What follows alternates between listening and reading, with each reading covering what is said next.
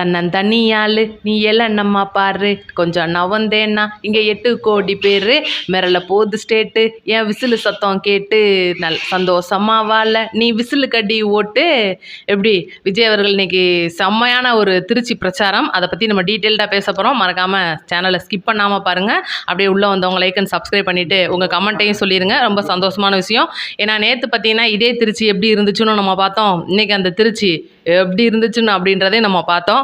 இப்போ வரிசையாக வந்து விஜய் அவர்கள் ஃபஸ்ட்டு வேட்புமனு தாக்கல் பண்ணுற அந்த விஷயம் அப்படின்றது ரொம்பவே திருச்சி கிழக்கை பொறுத்த வரைக்கும், திருச்சி கிழக்கு அந்த ஏரியாவில் இருக்கிற மக்களுக்கு ரொம்ப சந்தோஷமான விஷயமா இருந்துச்சு. பாலக்கரை ஏரியாவில் வந்து அந்த தேர்தல் அலுவலகர் அப்படி அமைஞ்சிருக்கு. அங்கே பார்த்தீங்கன்னா தேர்தல் அலுவலர் முத்து முருகேச பாண்டியன் அவர்களிடம் இன்னைக்கு விஜய் அவர்கள் வேட்புமனு தாக்கல் பண்ணிட்டாரு. வேட்புமனு தாக்கல் பண்ணினதுக்கு அப்புறத்துலேருந்து ஆட்டோமேட்டிக்காக பிரச்சாரம் அப்படின்றது தொடங்கும். ஆனால் இதுக்கெல்லாம் பார்த்தீங்கன்னா இதுக்கு முன்னாடியே போட்ட பிள்ளையார் சொல்லி என்ன அப்படின்னா, இன்னைக்கு காலையில் விஜய் அவர்கள் வெள்ளனே கிளம்பி ஏர்பிளைனில் இறங்கி தனி விமானத்தில் வந்துட்டு அங்கேருந்தே வந்து ரோட் ஷோ அப்படின்றத நடத்திட்டாரு. இது யாருமே எதிர்பார்க்காத ஒன்று. ஏன்னா இன்னைக்கு வந்து தமிழக அரசோட இது ஒரு அரசாணையின் படியும் கோர்ட் அனுமதிச்சிருக்கிறது என்ன அப்படின்னா, அங்கீகரிக்கப்படாத கட்சிகளுக்கு ரோட் ஷோ அனுமதி அப்படின்றது இல்லவே இல்லை. இன்னைக்கு பார்த்தீங்கன்னா விஜய் அவர்கள் ஏர்போர்ட்லேருந்து வெளியில் வந்த கொஞ்சம் நேரத்திலே வண்டியிலேருந்து மேலே ஏறணுன்னே எல்லாருக்குமே ஷாக்கு. கண்டிப்பாக இதுக்கான வழக்கு அப்படின்றது அடுத்தடுத்து வரும். இதை வந்து தடையை மீறிய ஒரு ரோட் ஷோ அப்படின்றதுல வழக்கு பதிவாங்க. அதுக்கு என்னன்றதை நம்ம பொறுத்திருந்து பார்ப்போம். இதுக்கெல்லாம் மீறி இன்னைக்கு விஜய் அவர்கள் எதுக்காக ரோட் ஷோ பண்ணாரு அப்படின்றத நான் சொல்லிடுறேன். ஒவ்வொரு ஊர்களையும் பார்த்தீங்கன்னா இன்னைக்கு இருக்கிற அந்த தமிழ்நாடு வெப்பநிலை அப்படின்றது எந்த அளவுக்கு அப்படின்றது எல்லாருக்குமே தெரியும். இவ்வளோ தூரம் வந்து விஜய் அவர்களை பார்க்கறதுக்கு காலையிலேருந்து கால் கடுக்க நின்று அந்த வெயில் அப்படின்றத கூட பொருட்படுத்தாமல் பெண்கள், இளைஞர்கள், ரொம்பவே துடிப்பான இளைஞர்கள் இவ்வளோ பேர் ரோட்டில் நிற்கும் போது என் மேலே என்னடா வழக்கு வந்தா பரவாயில்லடான்னு சொல்லிட்டு தான் இன்னைக்கு விஜய் அவர்கள் மேலே ஏறி வந்திருக்காரு. அது வந்து அங்கே இருக்கிற வட்டாரங்களில் வந்த ஒரு சின்ன தகவல். இதுக்கப்புறம் பார்த்தீங்கன்னா நேற்று அமித்ஷா அவர்களுக்கு ஒரு கடிதம் எழுதியிருப்பாங்க. இந்த பரப்புரையின் போது எங்களுக்கு சுத்தமாக காவல்துறை பாதுகாப்பு அப்படின்றது இல்லை, எங்களுடைய தொண்டர்கள் அப்படின்றவங்க பாதுகாப்பாக இருக்கணும், எங்களுக்கு மீறின ஒரு சக்தி வந்து இங்கே வேலை பார்த்துக்கிட்டு இருக்கு, அதனால் இந்த தீய சக்தியிடம் இருந்து எங்களுடைய தொண்டர்களையும் எல்லாரையும் காப்பாற்றணும்னு வந்து பயங்கரமாக லெட்டர் எழுதியிருக்கிறனால அங்கேருந்து இந்திய தேர்தல் அதிகாரிகள் வந்து பயங்கரமாக இங்கே தமிழ்நாட்டுக்கு ஒரு ஆர்டரே போட்டிருக்காங்க. ஒய் பிரிவு பாதுகாப்பு இருக்கிற ஒரு நபருக்கு 300க்கும் மேற்பட்ட காவல்துறை கண்டிப்பாக வேணும் அப்படின்றது அவங்களோட ஒரு கோரிக்கை. இதுதான் வந்து இன்றைக்கி ஃபுல்லாக நடந்துச்சு. இப்போ விஜய் அவர்கள் வேட்புமனு தாக்கல் பண்ணிவிட்டு அங்கே வந்து பேச ஆரம்பிப்பாங்க அப்படின்னு பார்த்தா எடுத்தோடனே வந்து எம்ஜிஆர் சிலைக்கு வந்து மாடை போட்டிருந்த ஒரு சம்பவம்லாம் நடந்துச்சு. எம்ஜிஆர் அவர்களுக்கு மாலை போட்டுட்டு அங்கனே முன்னாடி நின்று தான் பேசியிருந்தார். இது ஏற்கனவே வந்து அதே விஜய் அங்கனே நின்று ஏற்கனவே ஒரு தடவை நம்ம பேசியிருப்பார் திருச்சியின் மக்கள் சந்திப்பப்ப. இதெல்லாம் வந்து நடந்த ஒரு நிகழ்ச்சி. இப்போ அங்கே வந்து ஸ்டாலின் அவர்களை தாக்கி பேசுவார் அப்படின்னு பார்த்தா ஒட்டுமொத்த இந்தியாவுமே தாக்கி பேசிட்டாருங்க. எடுத்தோடனே கேஸ் பிரச்சனையை தான் ஆரம்பித்தார்.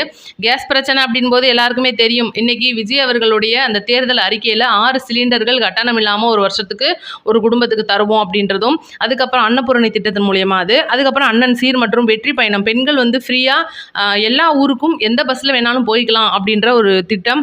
அதுக்கப்புறம் பார்த்தீங்கன்னா இன்னைக்கு மோசமான தமிழ்நாட்டோட சூழ்நிலை என்ன அப்படின்னா அடிப்படை வசதி அப்படின்றது இன்னைக்கு இல்லை. இப்போ பொதுவான இடங்கள்ல தான் அடிப்படை வசதி இல்லை அப்படின்றத விட கூட சாதாரண கவர்மெண்ட் ஸ்கூலில் கூட இன்னைக்கு அடிப்படை வசதி இல்லை அப்படின்றது அவருடைய பெரும் குற்றச்சாட்டு. இன்னைக்கு தமிழக மக்கள் அதெல்லாம் மீறி தான் வந்து இதெல்லாம் வாழ்ந்துட்டு இருக்கோம். இன்னைக்கு கிராமப்புறங்களில் நல்ல ஒரு கழிவறை இல்லை, அதனால தான் அந்த விளாத்தி குளம் அந்த மாணவிக்கு இந்த மாதிரி ஒரு சூழ்நிலை ஏற்பட்டுச்சுன்னு சொல்லிட்டு இவ்வளோ நாள் விஜய் அவர்கள் வாய் திறக்காத நிறைய விஷயங்களை பற்றி பேசியிருந்தாரு.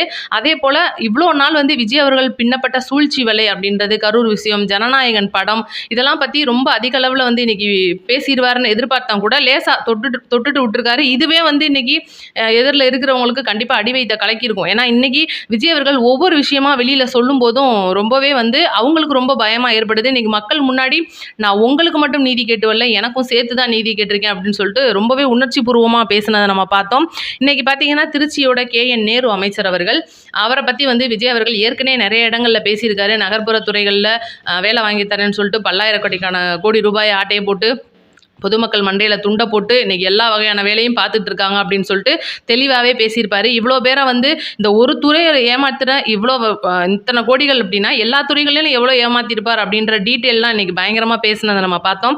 இன்றைக்கி பார்த்தீங்கன்னா அதே போல் கல்லூரி பேராசிரியர்கள், உதவி பேராசிரியர்கள் 2000 பேரை பணியமர்த்துறோன்னு சொல்லிட்டு 5 பேரை மட்டும் போட்டிருக்கீங்களே, இதெல்லாம் நியாயமா அப்படின்னு கேட்டிருக்காரு. நீட் பற்றி கேட்டிருக்காரு. நிறைய விஷயங்கள் வந்து இன்றைக்கி விஜய் அவர்கள் பேசினாங்க. அதுக்கப்புறம் வந்து இளைஞர்களுக்கு வேலை, லட்சக்கணக்கான பணியிடங்கள் பணியிடங்கள் அந்த அரசு அலுவலகங்களோட பணியிடங்களை நிப்பாட்டுறது, வேலை ஆட்கள் எடுக்கிறது, இதெல்லாம் வந்து கண்டிப்பாக வந்து விஜய் அவர்கள் ஒவ்வொரு இடத்துலையுமே பேசிக்கிட்டு இருக்கிறது தான். குறிப்பாக பார்த்தீங்கன்னா கல்லாப்பெட்டி கூட்டணி மற்றும் பல கூட்டணி அப்படின்னா, கல்லாப்பெட்டி கூட்டணி அப்படின்றது எல்லாம் அப்படின்றத நான் சொல்லிட்டேன் உங்களுக்கு ஆல்ரெடி, பேமெண்ட்டில் தான் அவர்கள். அது மற்றும் சில கூட்டணி அப்படின்னும் போது இங்கிட்டு நம்ம என்டிஏவையும் கொஞ்சம் நோண்டி விட்டாப்ல அப்படின்னே சொல்லணும். ஏன்னா இன்னைக்கு வந்து பாதி கதர் பாதி காவி அப்படின்னா, கதர் அப்படின்னா என்னன்னா இன்னைக்கு காங்கிரஸ்காரங்களை குறிக்கும். ஏன்னா ஃபுல் அண்ட் ஃபுல் வந்து கதர் அப்படின்ற பேரில் முழுக்க முழுக்க கதர் அப்படின்ற இடத்துல இன்னைக்கு தமிழக மக்களை ஏமாத்திக்கிட்டு இருக்கிற ஒரு பக்கம் காங்கிரஸ், இன்னொரு பக்கம் பார்த்தீங்கன்னா பாதி காவி அப்படின்ற இடத்துல ஏடிஎம்கேவோட சேர்ந்து இன்னைக்கு மக்களை ஏமாற்ற வர்றதுக்கான ஒரு பெரிய துருப்பு சீட்டாக எடுத்திருக்கிற பிஜேபி. இது ரெண்டுமே வந்து இன்னைக்கு தமிழகத்தில் வேண்டாம் அப்படின்றது தான் இன்னைக்கு விஜய் அவர்களுடைய மாபெரும் கருத்தாகவே இருந்துச்சு.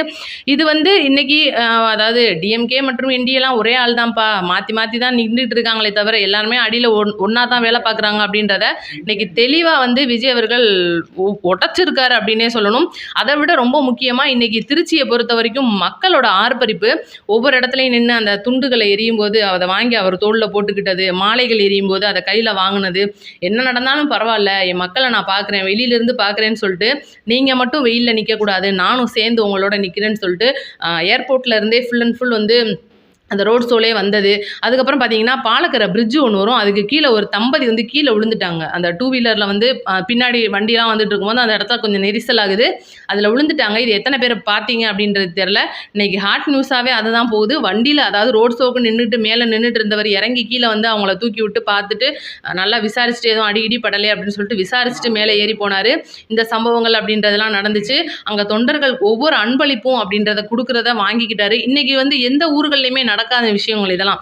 ஏன்னா எல்லா ஊர்கள்லையுமே தொண்டர்கள் வந்து அந்த துண்டை தூக்கி எறிகிறது, தன்னோட தலைவனுக்கு வந்து ஒரு பரிசு பொருளை கொடுக்கணும்னு நினைக்கிறது, ஃபோட்டோ கொடுக்கணும்னு நினைக்கிறது, இது எல்லாமே வந்து வாங்காமல் போயிருப்பாரு.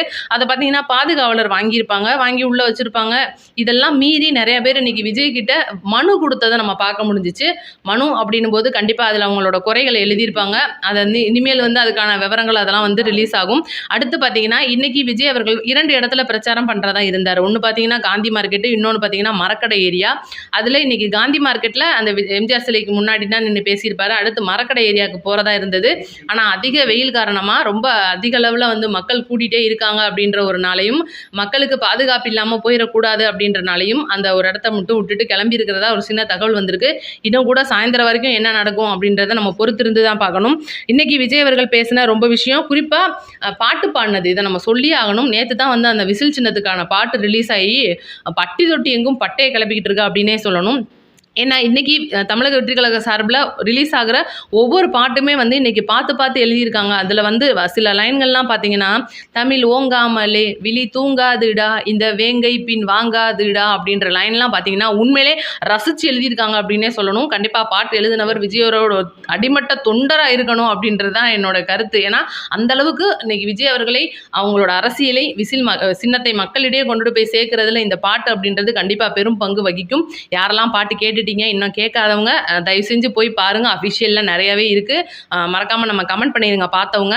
இந்த பாட்டோட அர்த்தம் உங்களுக்கு புரிஞ்சிருச்சா அப்படின்றதெல்லாம் கொஞ்சம் கமெண்ட்டில் சொல்லுங்கள். நம்ம சேனலை 4 பேருக்கு ஷேர் பண்ணி விட்ருங்க. அப்படி லைக் அண்ட் சப்ஸ்கிரைப் பண்ணிக்கோங்க. நன்றி, வணக்கம்.